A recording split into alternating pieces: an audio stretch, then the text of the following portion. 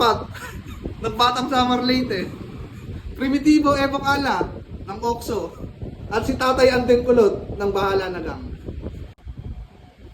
Hindi kulang ang pera ng bayan. Sobra-sobra lang ang mga magdanakaw. Okay, bukas kita-kits sa Luneta Park, September 21. Iba't ibang sektor ng lipunan. May mga gang, may mga fraternity. Ako, simple lang ang dala ko. Eto, pakinggan nyo. Kasama ko lang naman bukas, Totoy Pakatpat ng Batang Samar Leyte, Primitibo Ebong Ala ng Okso, at si Tatay Anden Kulot ng Bahala na Gang. Mamayang alas 12, iangat na mga matatalas, nire-ready na mga bangkaw. At syempre, alam nyo na, bigyan ng hawi para kay Totoy Pakatpat, titira na single.